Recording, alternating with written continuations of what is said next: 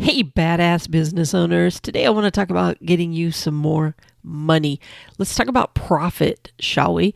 With the uncertainty of what's coming up over the next year with sales and everything else, obviously one of the most important things you can do is to ensure that you can make the money you need to be able to continue to survive. One of the challenges right now is, will you be able to keep on pace with the same sales and make the same amount of money? What if I told you that you could actually do less money and still make the same amount of money? Sounds intriguing, doesn't it?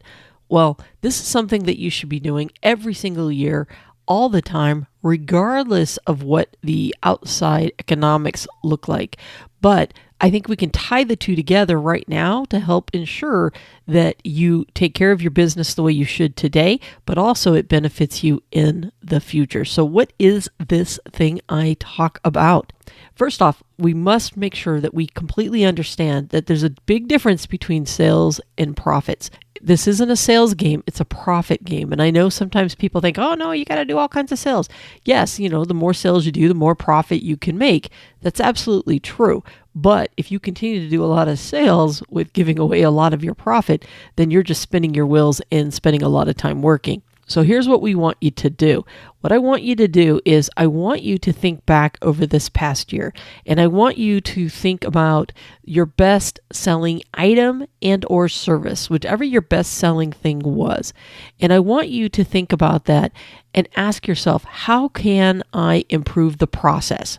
So we're not even talking about margins and all that other stuff right now. Just think of the process. What could have made selling that product and or selling that service, if you will, what could have happened to make it run smoother? Maybe it was the fact that you kept running out of it. Maybe you don't even know what your sales could have been because you never had enough of it.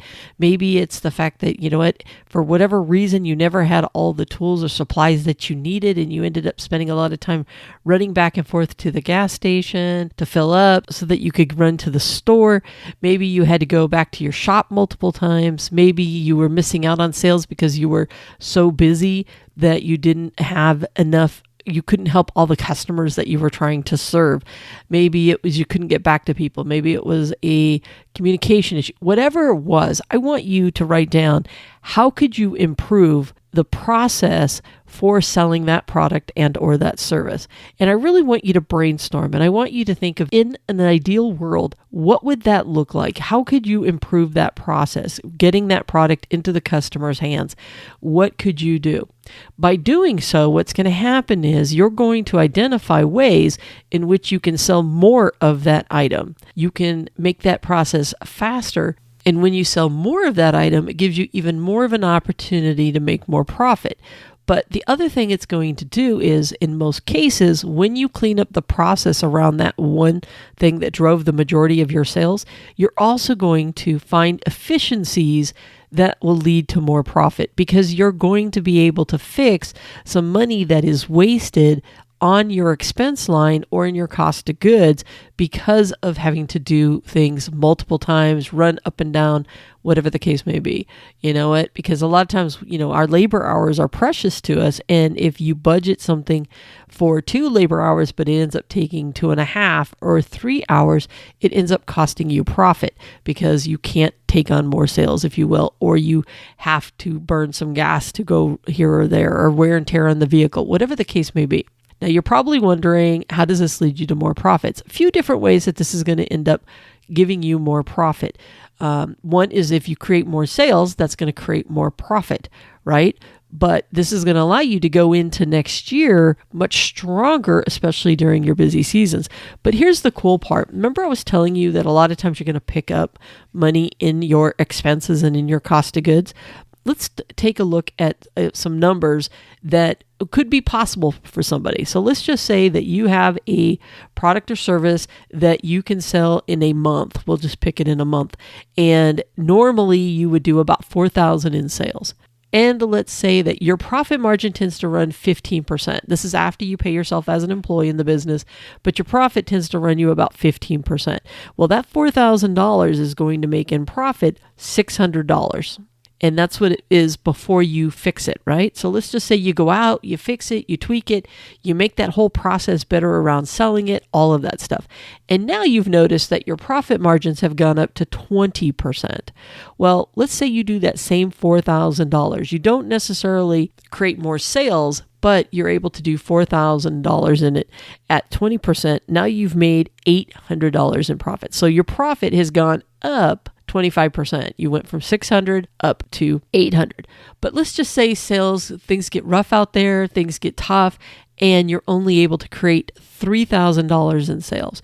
Well, here's the neat thing. If you're able to get it to a 20% margin, you're going to make the original $600 on less sales. So in your normal year, you had to do $4,000 to make that $600.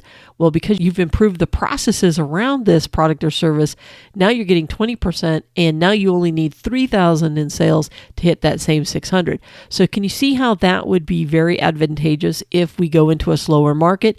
Because if you go in a slower market and sales go down and they drop down to $3,000 from the original $4,000, that's a huge drop, right? That's 25% drop in sales. Just by increasing those profit margins from 15 to 20, you were able to stay steady with the profit that you made. I know that sounds really weird that you can do less sales and make the same amount of money. And by the way, you noticed we never talked about changing your pricing, because your pricing just adds a whole nother layer on top of that in order to be able to make more money. The whole point is, the more you can dive in and improve your processes, which will ultimately end up improving both your sales and improving your profitability, you're going to be able to make more money. Now is the perfect time of the year to be able to sit down, and you should do this every year. Like I said at the beginning of the podcast, you need to sit down every single year and really ask yourself going, okay, I'm going to deep dive and look at how I did earlier this year. And you don't have to take a look at the entire business. You can. That's a great way to do it, by the way. But you can also dial it down to your best sellers. And if you just focused and did this exercise, and I challenge each and every one of you just to do this one exercise. Don't take your entire business. Just take your best selling product or service, the thing you rely on the most, and ask yourself, what can you do to improve the sales in the coming year? What can you do to improve the profitability in the next year on this one product or service? By being laser focused on this one specific item or product, you're going to find that you can find a bunch of opportunity. And I'm telling you, for some people, it is as simple as ordering more if you sell products. I can't tell you how many people control their sales because they're just running out just in time to fill it back up. And when you control your sales, you're never able to see how high you can go.